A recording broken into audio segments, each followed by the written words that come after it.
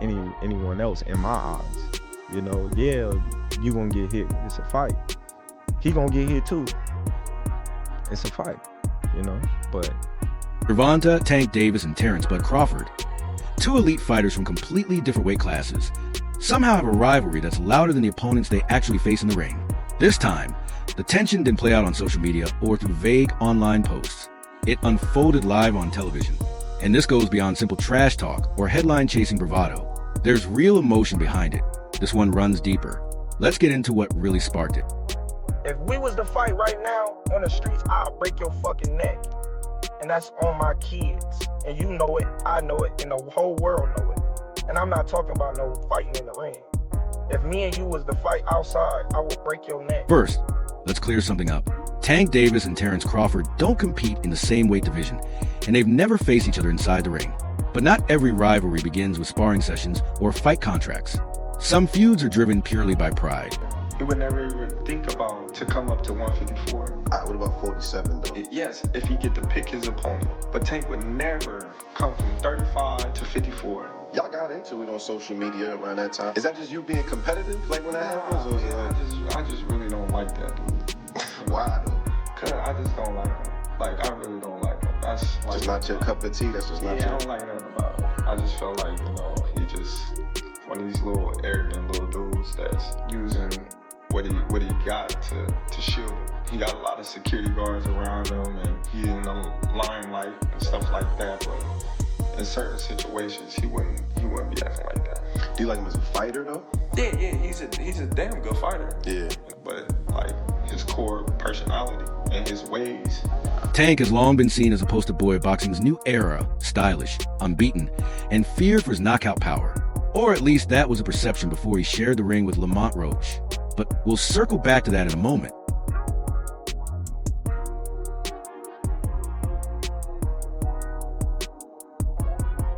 On the other side, Crawford represents the opposite energy, a calm, methodical finisher. He's quiet, sharp, and has already etched his name in history as an undisputed champion in 2 weight classes. His resume speaks for itself. Still, critics are quick to point out his reluctance to take on Canelo, and that hesitation has fueled plenty of debate. For many fans, that alone is enough to tilt the odds in Canelo's favor whenever that matchup is discussed. The thing is, everything Crawford knows, Canelo knows, and he knows it on the job better than Crawford because of his resume. So, hey, Crawford got the Batman IQ when he's going up against when he starts. Canelo ain't drooling dumb, and Crawford is the skillful, knowledgeable. Canelo knows more than Crawford in the ring because he did. He has better on-the-job experience than Crawford. When it comes to IQ, it may be Canelo who's the IQ. And I'm trying to let you guys know, on-the-job experience counts. Canelo got better experience at this than Crawford. Crawford, on the other hand, is a better athlete, but that doesn't mean he has higher IQ. Both fighters are elite, but neither is flawless, and that's more than enough reason for jabs to start flying. Truth is, this friction didn't come out of nowhere. It had been building quietly for months. Tank was dropping subtle hints in interviews, claiming he could move up in weight and dominate anyone, even the top names at 147. When fans brought up Crawford, Tank didn't dodge the question. He embraced the challenge. And Crawford, true to form, wasn't about to let it slide. Anytime Tank's name surfaced, Crawford fired back, making it clear he didn't believe Tank had faced anyone near his caliber. In his view, they weren't even on the same level. That exchange lit the fuse. How you feel about that fight? Is it even possible at a catch weight? There ain't no catch weight. You come up to 47. I'm not even entertaining the catch weight. No, I'm not. He's a champ though too, undefeated. What champ? Come on, man, tell me what belt. You know boxing. You forgot Devin Haney is undisputed. Devin Haney got all the belts. He the champ. Nobody else the champ. I'm gonna come up here where the big boys at. When the idea of a fight was brought up, the response was blunt. Questions about a catch weight were shut down immediately. There would be no compromises. If the fight were to happen, it would have to be at 147. No negotiations, no middle ground. While respect was briefly acknowledged, undefeated record and championship status included, it didn't last long. The debate quickly turned heated, with arguments over who truly deserved to be called a champion and which belts actually mattered. From there, the message was clear: step into a higher weight class and prove it against the elite. Not long after, the spotlight shifted to a major Ring magazine event. Crawford was placed front and center, while Tank wasn't even on the guest list. When asked about Tank's absence, Crawford didn't sugarcoat his response. That moment took the rivalry to another level. What had been verbal sparring suddenly felt like full force shots. So when both fighters eventually appeared together on the same live boxing panel, tension was expected. Still, no one anticipated just how explosive it would become. The discussion began calmly, focusing on the current landscape of boxing. Crawford sat composed, confident, every bit the champion. Across from him, Tank looked locked in and on edge, fully aware of the attention on him. Then the conversation turned to pound-for-pound rankings. Tank's name was mentioned, and instantly, the entire atmosphere shifted. Right now, We got me, we got Inoue, we got Canelo, we got Usyk. put Davis in there. We can put Tank in there. Who you struggling? If it's not Tank off top, who you struggling with? Thinking about other fighters, you can put Tank in there. You would take Davis, you guys have gone into it a little bit. Would you be able to give an opportunity to a 35, 40 pounder? And we'll wait, Would you entertain it? Let's say 47. Let's say I ain't going back down to 47. you ain't going back down. You don't want to cut the weight. I can't cut the weight. Tank, normally seen as a fearless rising star, began to show visible frustration. Crawford, by contrast, stayed cool and composed, almost appearing to take satisfaction in the moment. At that point, it stopped being about a potential fight. It became a battle over who was really in control. When people, what I got from that is he's a hater. You don't know me as a person. Let's say you don't like me. Like, you don't know me. Like, you feel me? And I don't give a fuck. Him. If everybody including Will, I mean, Will. Same question for you. You're a proud father. After that live television moment, one thing was impossible to ignore. This is the fight people want. Weight differences aside, and despite the massive risk for both men, the demand is real. It would force at least one of them far outside their comfort zone. But that's exactly why fans are calling for it. Gervonta Davis speaking about you. Is that ever a possible fight? Yeah, if you want to dare to be great, he can be like all the other fighters that's moving up 2 weight classes, and, daring to be great. You would fight him.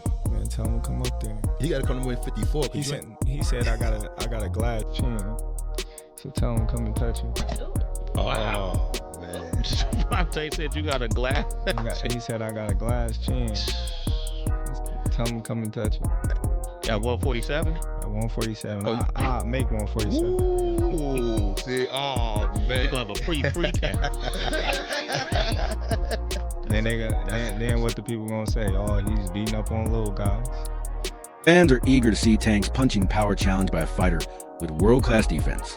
They're just as curious to find out whether Crawford can handle a genuine one-shot finisher. Beyond the physical matchup, the mental test might be the biggest draw. Who holds up when the pressure is at its peak? And in the end, there's only one question that really matters. Who leaves the ring wearing a crown? What's your thoughts on Tank saying he'd knock out Terence in 6 rounds? You think he was playing, trolling, what? Selling tickets to his new fight? Was that like his tweets? Nah, he said it on video. Huh? He said audio. He said it. He's like, if I tap that chin, you know he chinny. Listen, Terence has already hired us for any of the little guys.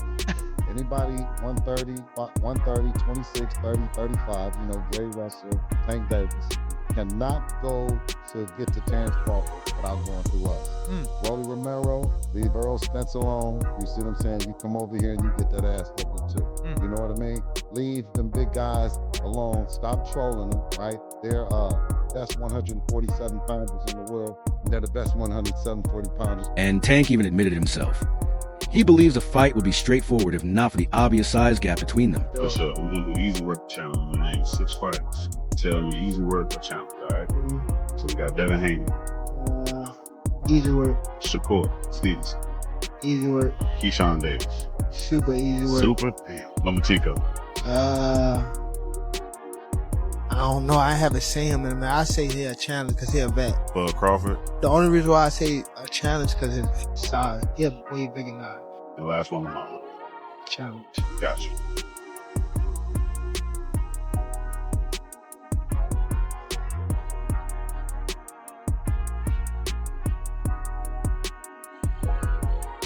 Too much confidence against Tank is a recipe for disaster. But it's low output, high accuracy. Good body shot there from Tank. There's another body shot from Davis. Straight right down the middle. Always a weapon against the southpaw. Lead left hook by Roach in the jab. Nothing there. There's a chopping right hand. Good punch from Roach. In fact, our unofficial scorer, Larry Hazard. Yeah, when Pitbull 5 Tank's starting to open up a little bit here. There's a lead left and their body work from Davis. Ooh, there's that right hand again from Roach. Remember what I did to you when we were teenagers? And there it is. The words are being thrown at each other. Let's see if the punches start being thrown, and yes, they do. There's Davis, lands the left. Oh, nice double left hook by Roach to the body and then to the head. Right hand by Roach. So good success here for Roach in round 7. Davis. Oh, there's a right hook to the body by Davis, ripping that right hand. Roach rips the left hook to the body. And Roach is faring well for himself here. Oof. And Davis just got backed up with a counter right from Roach. And there's a left uppercut that lands for Roach. Davis digs to the body. Oh, and that right, but Davis took off some of the steam of the punch, but still, Roach leaned with right. He took a knee. He took a knee. You take a knee like that, that looks like a knockdown. All right? Back up. That's a generous call from Did he not take a knee? Not take the mouthpiece to come out. That's what I thought. Oh, here comes Davis. Davis exploding. And Roach took the shots and fired back some of his own. Short left hand from Roach. We also have a highlight who dominated the verbal showdown between Tank and Bud, Terence Crawford. And if you trace it back, it all links to Tank's earlier fight with Roach. In there, man, I thought I won. I thought I did enough to get the victory over a spectacular fighter. I told y'all from the beginning, man, that I got the skills to pay the bills. I've been telling y'all that. And I'm just glad I got to show it, honestly. I'm glad I got to show it. I appreciate, like I said before, I appreciate True Boxing Media. Some guys that didn't count me out. So that's just how I feel, man. I think I won. And, I can't wait to do it again. I can't wait to dance again. Gervonta Davis's defeat to Lamont Roach wasn't just a minor setback. It sent shockwaves through the boxing community. He only took a knee midway through this fight. It was not ruled a knockdown. What happened? I just got my hair done 2 days ago and she put grease in my shit, so the shit was like, like when you sweating and things like that and the grease come in my face, it burnt my eyes type shit. Damn, why y'all booing like I'm saying bullshit? Like this is real facts. Come on, man. Look at my hair. I just got my shit done. But it's all cool, man. You know how I get. They love you and then they hate you. Turn around there and love you again. You know what I mean? The decisive moment came in the 9th round, when Roach capitalized on a slip, landed a sharp combination that rocked Tank, and had the crowd erupting in disbelief.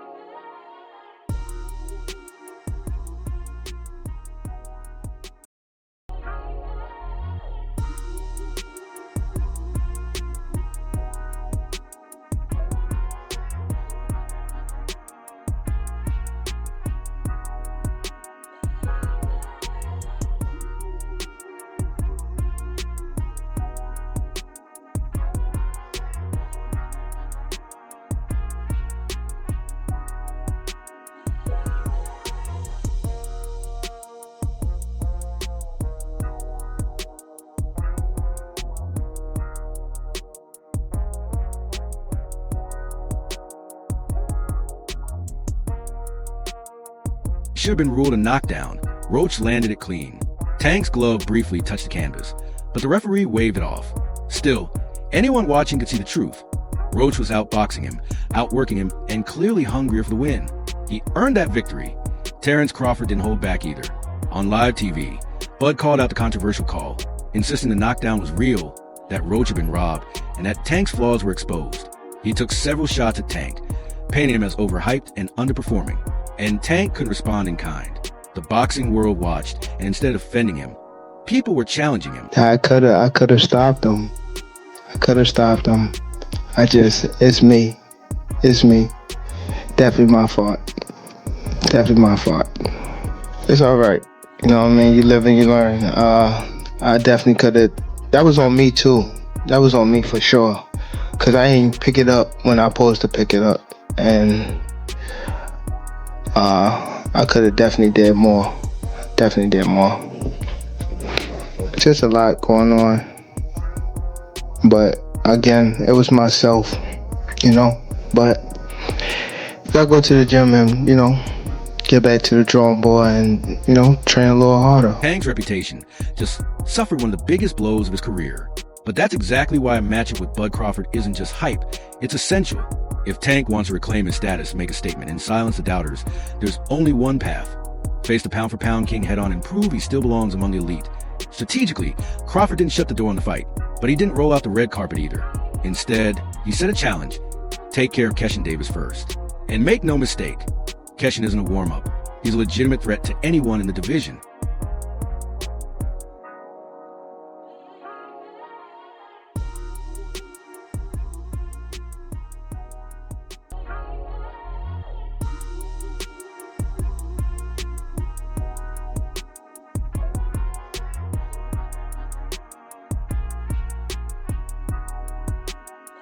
He's a serious contender, guided by Floyd Mayweather, trained with intention, and hungry to make a name for himself. Davis Keyshawn, this new guy, he's 140 pounds, he's not bad.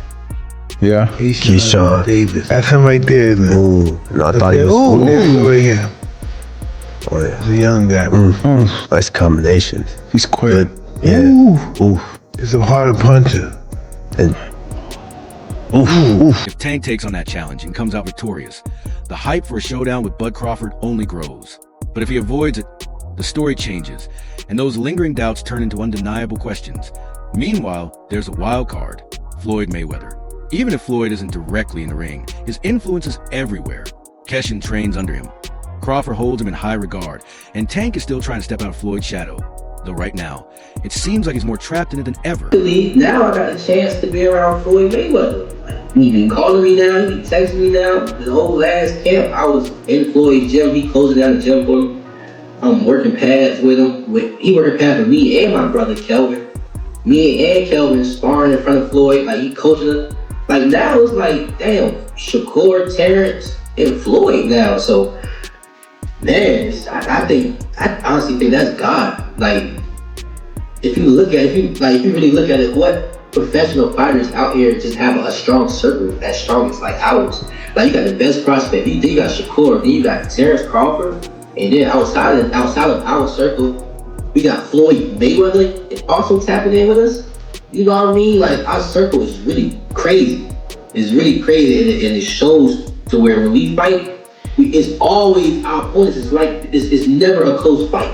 Even with Terence, it's never a close fight. And we also have a highlight who dominated the verbal showdown between Tank and Bud, Terence Crawford. And if you trace it back, it all links to Tank's earlier fight with Roach. Set you off because you was like, I gotta do that. A lot of people don't know that what Floyd do. He said. So you feel like it was a sub, like he was subbing you, like, oh, like he was going at me. He was going at me. And I knew for sure he was going at me. That's why I went at him. There's no reason for me to go at Floyd. Yeah, that's what I was thinking. Because it's weird. I feel like y'all got, I would say love, hate, but it's been like the last interview you showed them love. This week it was whatever. But is that sometimes like, you know, is it just like big bro, little bro seeing things different, or what is it to you? No, Floyd don't never. He felt as though I'm at that point where as though I passed him. And I'm doing it at a young age. Wait, like when Floyd was 29, you'll see, bro. Yeah. That deal that I'm talking about. Yeah. Oh, that's a part of the deal. He don't know about that yet. But that's bigger than his deal. Damn. Wow. And I'm just releasing it. Exclusive. That's exclusive. Bigger than Floyd deal? Yeah. Tank, no cap, nigga. That's a lot of bread. You'll see. It's gonna come out. Floyd, who once served as a link between both camps, is now observing from the sidelines, likely plotting his next strategic move. When Floyd left Bob Arum, it's good for them to do it and become their own boss. And then if another guy does it, it's not good for the sport. He's disloyal.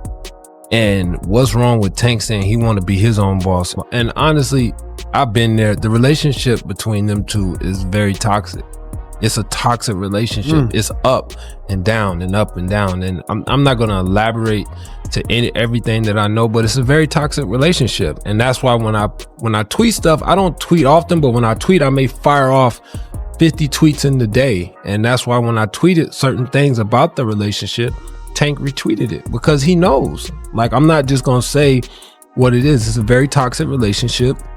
It's back and forth, and I think it will serve him best to go and be his own. The tension between Gervonta Davis and Terence Crawford is only heating up. If that live TV showdown is any indication, we could be heading toward one of the most thrilling, high-stakes matchups boxing has seen in years. How do you not lead with ego? Like, if you hear somebody like Tank say 147, I knock Bud out.